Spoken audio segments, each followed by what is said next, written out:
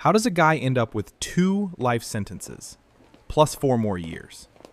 He wrote a to-do list for murdering his parents. Knives, sledgehammer, bleach. He wrote it in a spiral notebook, the same notebook that had his college math homework in it. His name is Joel Guy Jr. He was 28 years old. And then he drove home for Thanksgiving. He's serving 2 life sentences. He will not be eligible for parole for 106 years. And the list isn't the disturbing part.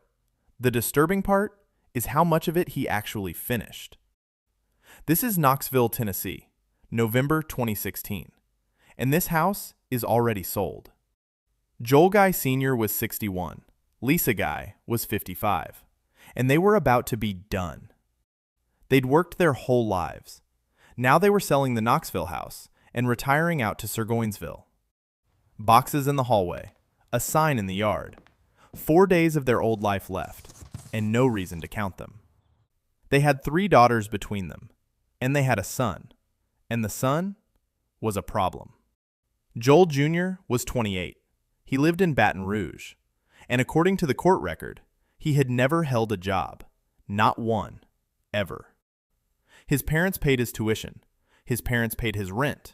His parents paid his bills. On the stand years later, he described himself as, quote, a non-matriculating graduate student. But retirement does something to a bank account. The money coming in stops. So they made a decision. They were going to stop supporting him. And they started telling people. Because 13 days before Thanksgiving, Joel Jr. started shopping. November 11th, a Lowe's in Gonzales, Louisiana. 2 separate purchases. November 18th, a Home Depot in Baton Rouge, a sprayer, a 32-ounce bottle, and a pair of cords. Same day, an Academy Sports Store. Security cameras catch him looking at firearms, ammunition, electronics. He buys a knife, a United Cutlery, USMC, and then he goes home. And the next day, the 19th, he comes back, walks the same aisle, same section, and exchanges it for a different blade. That's not rage. Rage doesn't do returns. That's a guy comparison shopping. Peroxide, drain opener, plastic sheeting, a blender. All of it bought before anybody was dead. And in that same stretch of days, he was writing. 5 pages, in a black spiral notebook. I'm going to read you some of it. These are his words, straight out of the court record. Quote, get killing knives, quiet, multiple. Quote, get carving knives to make small pieces. Quote, get sledgehammer, crush bones. And then it stops being a supply list and becomes a plan for one specific evening. Quote, drop something down the garbage disposal to break it. Get him on the ground fixing it. Kill him with the knife. Read that again. He was going to break something, so his father would kneel down to fix it. He wanted his dad on the floor, hands full, back turned. Next line. Clean up mess from him before she gets home. Him first, then clean, then her, because he knew what time his mother got home. And then a line about the dog. Kill dog after. And then, right after it, leave alive, take dog with you. He planned all of that for his parents, and then changed his mind about the dog. He wrote down how to handle the house afterward. Douse killing rooms with bleach.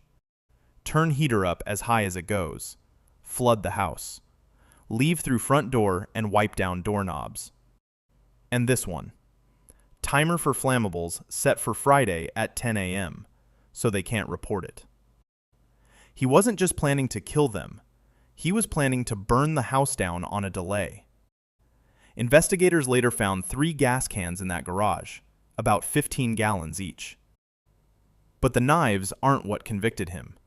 The arithmetic did. Lisa Guy had a life insurance policy through her job, $500,000. And she'd done the thing a mother does. She split it evenly, half to her husband, half to her son. So if something happened to Lisa, Joel Jr. gets half, $250,000. But if both of them were gone, there's nobody left to claim the other half. He gets all of it. And I'm not guessing at his reasoning. He wrote it down. Quote, "He's not alive to claim her half of the insurance money. All mine.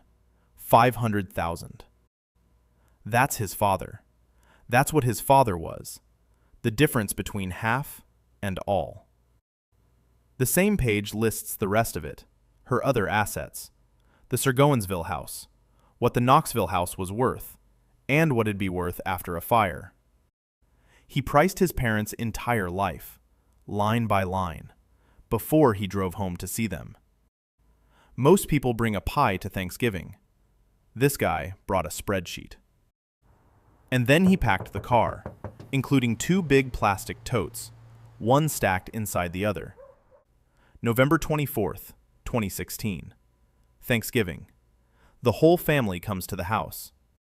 And everybody knows what this one is. It's the last one. The house is sold. The next holiday is somewhere else. So they take their time with it. They stay late. They say goodbye to a house.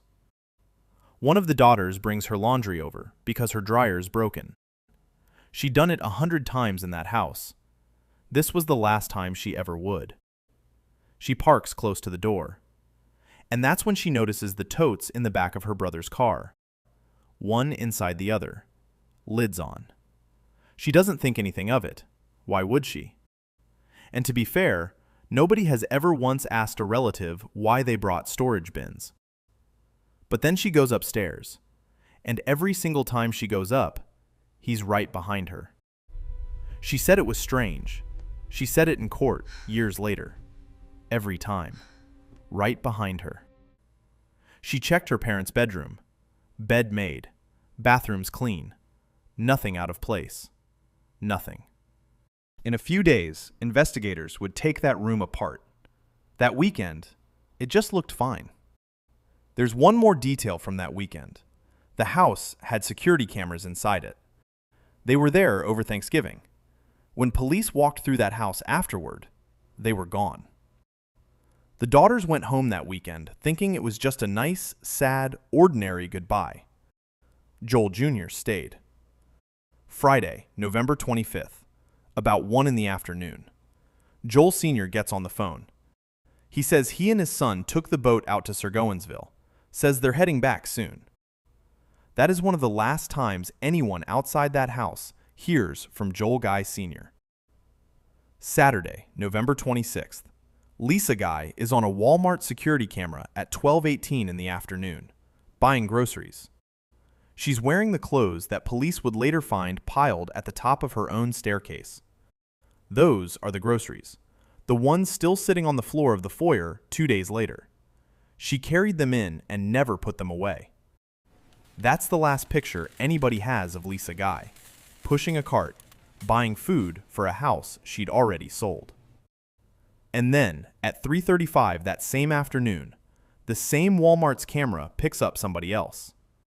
Her son, in his own car, the one his half-sister described to detectives, with bandages covering the injuries on both of his hands. He was buying first aid supplies, about 3 hours after his mother bought groceries in that same store. By that night, nobody can reach them. Calls go out, texts go out. Nothing comes back. Sunday, one of his half-sisters is waiting for a phone call, because Sunday is her birthday. She talked to her dad almost every weekend. He never missed this, and her phone doesn't ring. She testified about that. She said she was surprised. That's all it was that day, surprised. And on Monday morning, Lisa Guy is due at work at 7 a.m. That Monday, her coworkers had a lunch planned, a retirement lunch, for her. 30-plus years of work, and they were taking her out to say goodbye. 7 o'clock comes. Her desk is empty. 7:15. A coworker named Ms. Whited starts texting her. Nothing. She texts Joel Sr. too. Nothing. She calls. Nothing. and she said it out loud. This was highly unusual. So she does the thing you're supposed to do. She calls the police. She asks for a welfare check. A patrol officer goes out to the house on Golden View Lane. He knocks. He rings the doorbell. Nobody answers. He walks around the side. There's a fence and a locked gate and a doghouse back there. So he whistles for the dog.